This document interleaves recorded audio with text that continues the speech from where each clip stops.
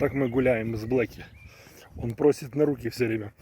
Вот такой он не хочет идти. Просто не хочет. Неси его на руках и все. Я сейчас как гламурная девочка хожу с собачкой на руках. Блэки, ты же собака. Ты же серьезная собака. Ты должен ходить пешком, ножками своими, нет? Здрасте всем, меня зовут Олег Новиков, и сегодняшнее видео, оно про старичка Блэки. 10 дней назад по просьбе приюта я забрал его у его хозяйки.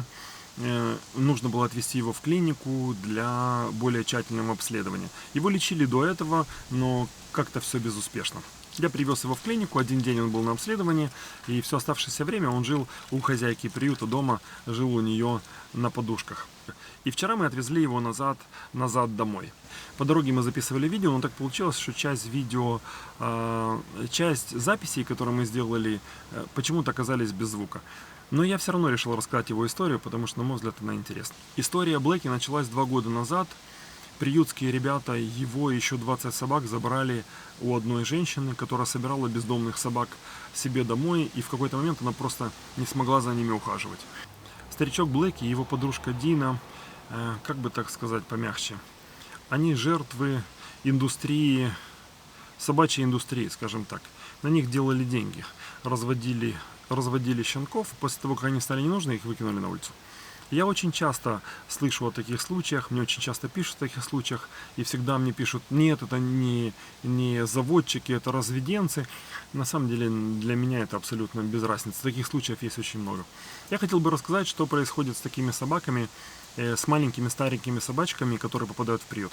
Они не живут в приюте, они живут на так называемых передержках. Они живут дома у людей. В таких случаях все медицинское обслуживание приют берет на себя. Полностью, абсолютно. Лекарства, доктор, все эти расходы покрываются приютом. Блэки и Дина живут в таком доме. Они живут у очень хорошей женщины. Это второй раз, когда приют дает ей собак. Первый раз была старенькая собачка, которая умерла от старости. И сейчас у нее живут Блэки и Дина. Надо было видеть вчера, конечно, когда я вернул собак, как Блэки радовался хозяйке и как сильно он радовался своей подружке Дине. Это старенькие собаки, это фактически бабушка с дедушкой. И это просто надо было видеть, как это все происходило. Я Дину до этого не видел.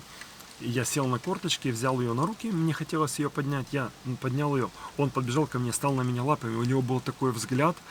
Он смотрел на меня, и у него было написано: поставь ее назад, не вздумай ее забрать. Прям он так смотрел. Сейчас с ними все хорошо, они живут в прекрасной семье, за ними хорошо ухаживают. У Блэки, к сожалению, есть болезнь, которую нельзя вылечить, можно только поддерживать лекарствами, но живет он в очень хорошем доме, и все с ним будет хорошо. Что я вам хотел еще рассказать? Где-то примерно 3 недели назад я в своем инстаграме выложил фотографию с собакой и подписал, что это собака-питбуль девочка, и что она ищет дом и все такое. Мне в комментариях написали: Олег, это не питбуль, это больше похоже на амстафа, но это другая порода. Я зашел в интернет, открыл, значит, фотографии питбуля, открыл фотографии амстафов и стал смотреть. И да, на самом деле эта собака была больше похожа на амстафа. В этот же вечер я получаю личное сообщение от другого человека, который пишет мне. Сообщение такого плана, что типа: Олег, я понимаю, что вы не заводчик, но вы работаете с собаками, и хорошо бы разбираться в породах собак. Ну, типа, как бы так меня укололи. Ну, я абсолютно не обиделся. Почему? Потому что это на самом деле правда. Я ничего не понимаю в породах собак. Я, конечно, могу отличить одну породу от другой, но я не знаю всех нюансов.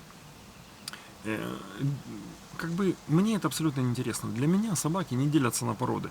Для меня собаки делятся на хорошую и ту, на которую нужно любить, чтобы она была хорошая.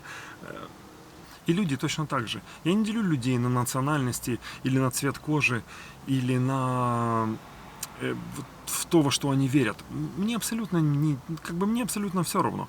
Я делю людей, я смотрю на людей. Если человек хороший, я буду с ним общаться. А если нет, буду держаться от него подальше. Поэтому для меня это абсолютно не важно.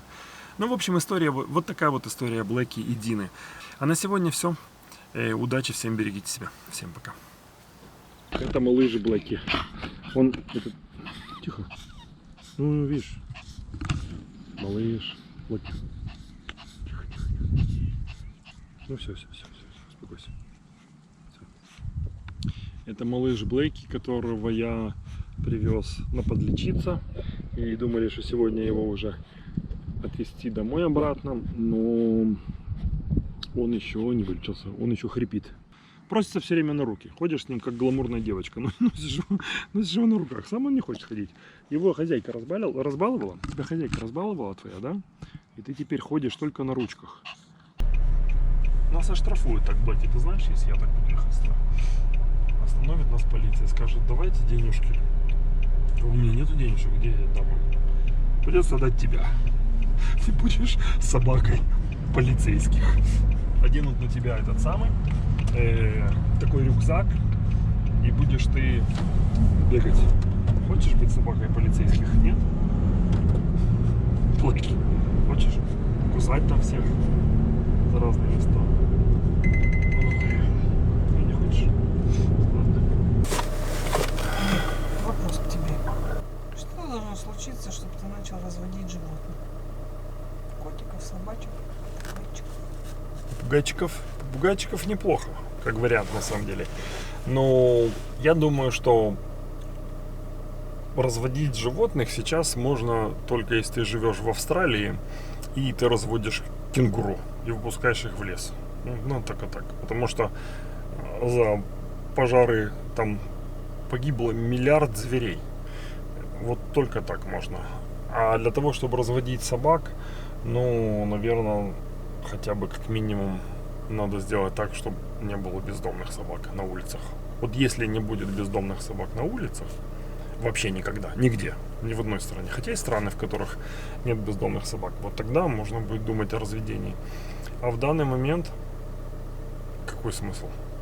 Редких животных, да, и выпускать их в лес, вот это круто. А собак разводить не вижу в этом никакого смысла. Пошли домой.